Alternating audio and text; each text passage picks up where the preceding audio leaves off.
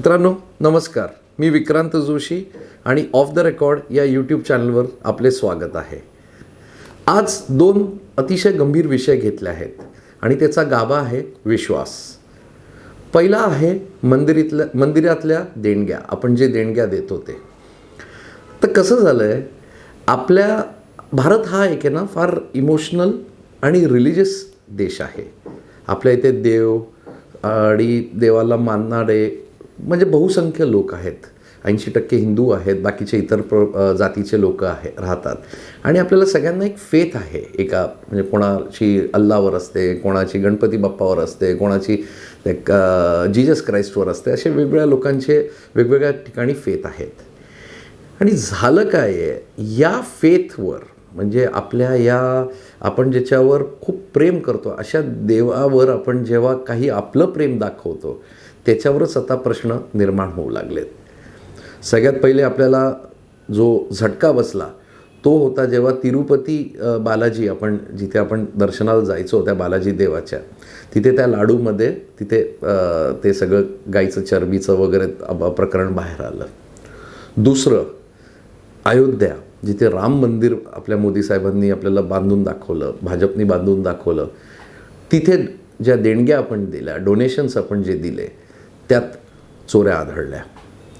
Number 3, काल परवा राज ठाकरे यांनी काहीतरी ते एक त्यांचं भाषणात तिथे त्यांनी बोलून दाखवलं की त्यांनी एक पत्र वाचून दाखवलं की सिद्धिविनायक ट्रस्टीनीच गव्हर्नमेंटला लिहिलं होतं की इथे आम्हाला काहीतरी चोऱ्यांचं वगैरे असं वाटतं आहे, म्हणजे की आम्हाला काहीतरी शंका आहे इथे की इथे काहीतरी जे डोनेशन्स येतात ते अचानक आम्ही जेव्हापासून आलो आणि कायदे स्ट्रिक्ट केले तेव्हापासून ते आता डोनेशन्स वीक टू वीक वाढू लागले आहेत. म्हणजे मी एक म्हणजे विचारतो तुम्हाला की लोकांनी काय सगळ्याच लाजा सोडलेल्या आहेत का? अजिबातच आपण पाप पुण्याचा वगैरे विचार करत नाही का? जिथे आपली फेथ आहे, जिथे आपण विश्वास ठेवतो तिथेच जर लोक डल्ला मारायला लागले किंवा चोऱ्या करायला लागले तर ह्या लोकांना जर देव आहे तर माफ कसा करेल? यांची पुढची पिढी सुखी कशी होईल? यांना यश कसं मिळेल? म्हणजे बाबा मला नेहमी म्हणतात की विक्रांत, मी एका पिक्चरमध्ये डायलॉग ऐकला होता की बुरे लोगों का वक्त बहुत अच्छा होता है पर अंत बहुत ही बेकार होता है. मला असं वाटतं हेच ते लोक आहेत. आणि हे जे मंदिरातले डोनेशन्स, कारण आपण फार श्रद्धेने आपण तिथे आपले म्हणजे अगदी 5 रुपये असो, 2 रुपये असो, काही आपण जे देतो ते फार श्रद्धेने देत असतो. आणि त्यात जर हे लोक जर चोऱ्या करत असतील, प्रसादांमध्ये जर गाईचं चरबीचं तेल वगैरे वापरत असतील तर अशा लोकांना देव पण माफ नाही करणार. असो. आणि मला कळत नाही, आता ह्या सगळ्या ट्रस्ट असतात. बालाजीची ट्रस्ट आहे, तिरुपती बालाजीची, अयोध्याची ट्रस्ट आहे, सिद्धिविनायकची पण ट्रस्ट आहे. आता या सगळ्या ट्रस्ट आपल्या स्टेट गव्हर्नमेंटच्या खालती येतात. तर शासन काय करतं आहे? चॅरिटी कमिशनर काय करतो आहे? चॅरिटी कमिशनरनी पण तर ॲक्शन घेतली पाहिजे नाही. त्यांच्याकडे जेव्हा ते ऑडिटेड बॅलन्स शीट्स वगैरे येतात किंवा स्टेट गव्हर्नमेंटकडे जेव्हा येतात, आपले लॉ अँड ज्युडिशरी डिपार्टमेंटकडे, या लोकांना एकालाही असं वाटत नाही की आपण इथे जरा ऑडिट केलं पाहिजे, इथे जरा आपण बघितलं पाहिजे की अरे मागच्या वर्षी अमुक इतक्या वर्षापर्यंत एवढा ॲव्हरेज होता कलेक्शन्सचा, आता हा एकदम ड्रॉप कसं काय झाला? अरे आता इथे म्हणजे मला तर त्यादिवशी आश्चर्य वाटलं जेव्हा त्या राम मंदिराचं चोरीचं प्रकरण बाहेर निघालं की त्या देणग्या डोनेशन्स चोरी केल्या तिथल्या लोकांनी. तर इथे एकनाथ शिंदेंनी हाऊसमध्ये सांगितलं सिद्धिविनायकमध्ये पण तर झाल्या होत्या. म्हणजे आपल्याला असं नाही आहे की अरे तिथे झालं ते चूक आपण सुधारली पाहिजे, we should punish the guilty, पण इथे मात्र अरे इथेही झालं आहे बरं. अरे म्हणजे तुमने किया तो ठीक आहे, हम भी करेंगे, असं ते मिलीजुलीसारखं असं नाही वागलं पाहिजे. मला असं वाटतं राजकारण ॲटलिस्ट मला या भाजप शिवसेनेच्या पॉलिटिकल पार्टीजकडनं ही अपेक्षा नाही. उलट या लोकांनी त्यांना गिल्टी लोकांना आणि राज ठाकरेंना त्यांनी दाखवलं पाहिजे, म्हणजे सगळं सखोल चौकशी केली पाहिजे आणि जो कोणी माणूस असेल त्याला ताबडतोब पनिश केलं पाहिजे आणि त्या लोकांना सगळ्यांना जेलमध्ये टाकून टाकलं. जे जर ट्रस्ट इन्व्हॉल्व असेल, ट्रस्टी म्हणतात म्हणजे सदा सरवणकरांनी मला स्टेटमेंट दिली की आम्ही त्या ट्रस्टच्या पैशाने एक पेन पण विकत घेऊ शकत नाही. पण मग तुम्ही तिथे ट्रस्टी आहात ना सरवणकर साहेब, मग तुम्ही जर ट्रस्टी आहात तर तुमचं लक्ष कसं नाही गेलं? आणि तुम्ही जर म्हणत असाल की आम्ही मागच्याच वर्षी आलो आणि आमच्या लेखणीमुळे म्हणजे आम्ही जेव्हा त्या चोऱ्या पकडल्या आणि आम्ही जेव्हा शासनाला लिहिलं तेव्हा शासनाने ॲक्शन घेतली नाही, तर फॉलोअप किती होता राहुल लोंढेचा तिकडनं? अजिबात नाही. फॉलोअप्स केले का? आणि जर फॉलोअप केले तर तुम्ही आवाज का नाही उठवला?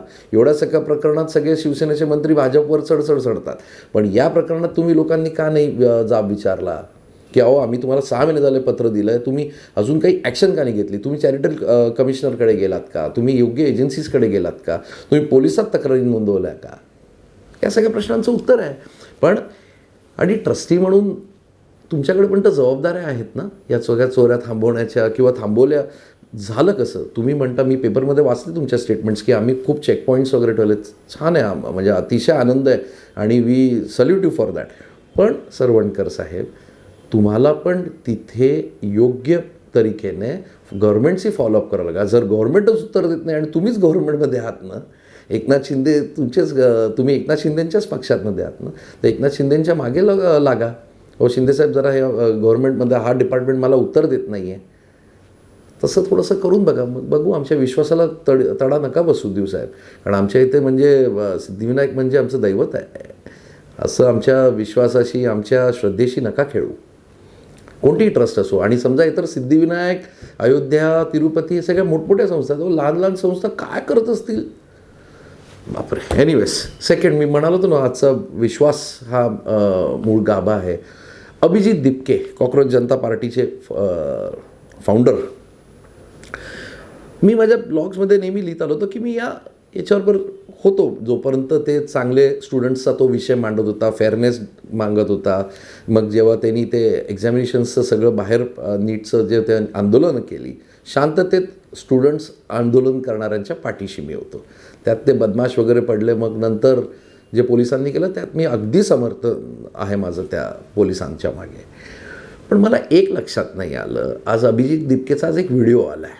ठीक आहे, म्हणजे आपण अभिजित त्या तरुणाईच्या सगळ्यात तो असा एक ग्रुप लीडर म्हणून आहे आणि आपण त्या सगळ्यांना आपली सहानुभूती होती. आपल्यालाही नको होतं आपल्या एक्झामचे पेपर फुटले पाहिजे आणि whatever he did, silently we were also with him. पण आता प्रॉब्लेम कुठे झाला? आता अभिजित दिपके हा राजकीय माणूस व्हायला लागला. कसा सांगतो? आजचा अभिजित दिपकेचा व्हिडिओ काढा तुम्ही. काय म्हणतायत ते म्हणताय, तो म्हणतोय की भाजपच्या एका कार्यकर्त्यांनी RTI टाकला आहे की माझं एज्युकेशन, मी कसं बॉस्टनला गेलो त्याचे पेपर आणि स्कॉलरशिप किती मिळाली याचा RTI टाकला आहे. म्हणून आता अभिजित दिपकेंनी काय केलं माहिती आहे का? जस्ट बिकॉज एका भाजपच्या कार्यकर्त्यांनी हा RTI टाकला, त्यासाठी तो म्हणतो अहो तुमच्या मोदी साहेबांनी पण आपलं एज्युकेशनचं खरं सर्टिफिकेट दाखवलं पाहिजे.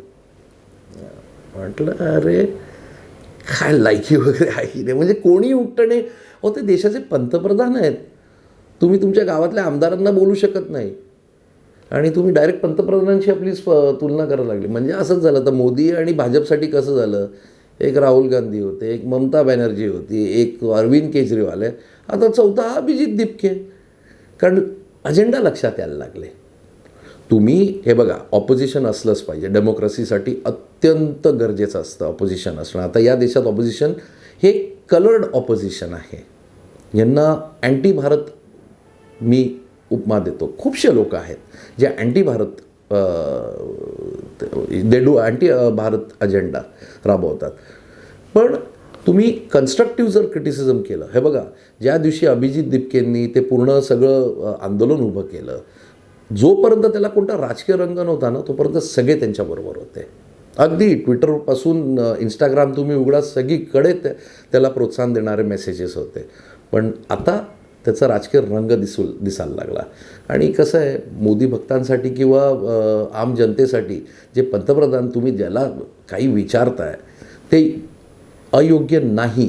परत मी म्हणतो, it is not wrong for Abhijit Dipke to ask, पण तुम्ही पंतप्रधान डायरेक्ट आधी गल्लीतल्या आमदारांशी बोला, नगरसेवकांशी लढा, मग हळूहळू तुमचं.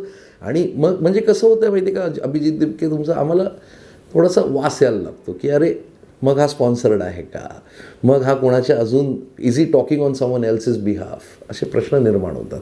तर थोडंसं अभिजित दिपके आम्हाला विश्वास आमचा तडा नका जाऊ देऊ. एकतर खूप वर्षानंतर छान एक मुवमेंट तुम्ही तयार केली होती, त्यात तुम्ही राजकीय रंग नका देऊ. तुम्हाला श्रद्धेस्थानी अटल बिहारी वाजपेयी असले पाहिजे, स्वर्गीय किंवा स्वर्गीय डॉक्टर मनमोहन सिंग असले पाहिजे, की ज्यांनी शांत होते पण फिअरलेस होते. तेही काय असे उठसूट पंतप्रधानांना उत्तर नाही मागायचे, त्यांच्या भाषणात एक हे होतं, त्यांना एक विजन होती देशासाठी. तुम्ही देशासाठी काही मागा ना, आम्ही परत तुमच्या पाठीशी उभे राहू. पण तुम्ही उठसूट जर पॉलिटिकल रंग देत असाल की इट इज भाजप आणि नरेंद्र मोदी विरुद्ध एव्हरीवन, तर मग ते लोकांना आवडणार नाही आणि तुमची लोकप्रियता कमी होत राहील. बघू, असंच काही विषय घेऊन येईल परत तुमच्याकडे. आज थोडंसं मन मोकळं केलं म्हणून आभार बघण्यासाठी आणि थँक्यू व्हेरी मच.